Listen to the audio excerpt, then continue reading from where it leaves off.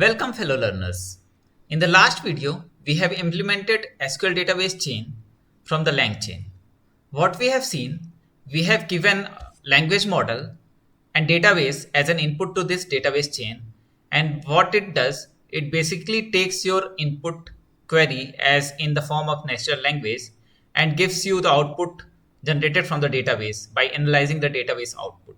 So for the recap purpose, I will run this cell and see how does this work. So we will provide it an input which will be in the natural language, and it will first use the language model to create a SQL query. We can see here it has created this query. So we asked it to generate basically a survival rate based on the different age bins. So it has created 4 bins over here and then given us the output. Finally, it will run this query to the database and extract and fetch the results from it. And then use this fetched result from the database and the user's query and give it as input to the LLM again and gets us the finally summarized result from it. We can see it has given this summarized result to us. But one thing you can notice, it has limited it to only 5 output over here. So one thing we can do, we can connect to the database and fetch the results directly from it without using LLM and see does it only contains 5 output or not. As we can see, it has created 4 bins and there are 2 classes over here, 2 genders, male and female. It should contain 8 basically rows as in output. So what we will do, we'll basically connect to our data set using SQL3 connect function. So we can see connect, and then we have created our Titanic .db as in database. So this will be our database. We will name it as connection as variable. So this is our connection. Now we can execute our query, which basically over here, like we can use this same connection.execute and run this query. We can see this query without using the limit function and see how many basically rows it gives as an output. So we will just enter it, close the query, and then run this connection and fetch the result. So this is the connection, and we are going to execute this query. So it has run over here.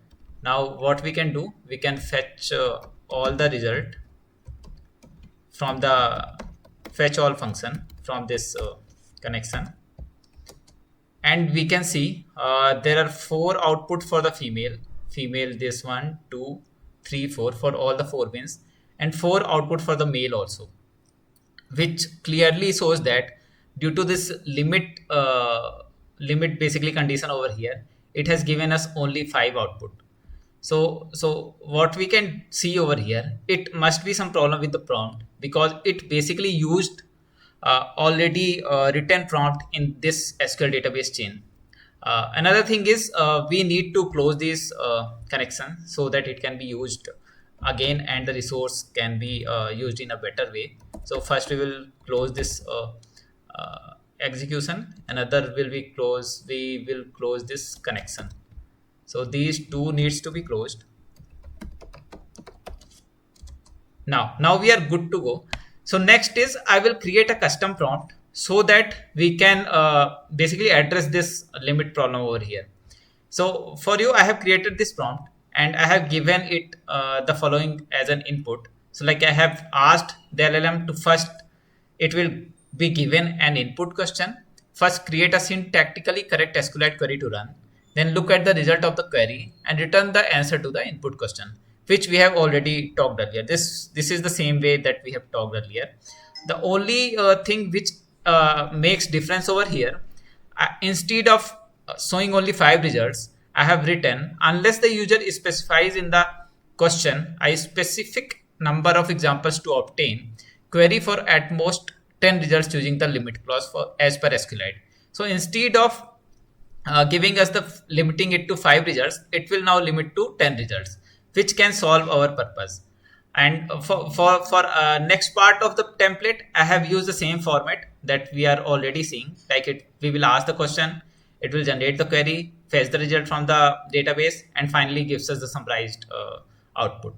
As it is custom prompt, we also need to give the table schema. So I have given the table schema over here. This can be fetched from the db.table info that I have shown you in the last video. I have also given it input the 3 rows from the database as an example to get to know how does the database looks like. And finally, I will give it an input which will be basically the user's query. So I will run this cell, and then we can use prompt template from the Langchain core to create this prompt manually. So what I will do, I will give this prompt template. This is the same variable that I have given over here, and then the input as variable to it. This is variable because it will be varied whenever user asks another question that will be different from the previous question. So we will run this one, and finally we will use the same chain. Only the difference would be we are going to use a custom prompt over here. So this will be the custom prompt which we can see here. If we see its description, you can see this prompt is optional. So if we do not use this prompt by ourselves, it will basically use already created prompt in this SQL database chain. So for now, we are going to use our custom prompt. We will run this cell. It will again create this database chain, and then use the invoke function from this chain to see how does this work. So we can see now it is generating the same similar query. It is creating the 4 bins, age 20 till age 20 to 40, 40 to 60, and 60 plus. Only difference is now it is limiting it to 10. So instead of getting only 5 results as in previously we were seeing, it is now giving us the 10 results over here. So it makes sense whenever you are seeing the problem and you want to customize your output, you can always use the custom prompt in this SQL database chain. So yeah, thanks for making till the end of the video. Goodbye until the next time.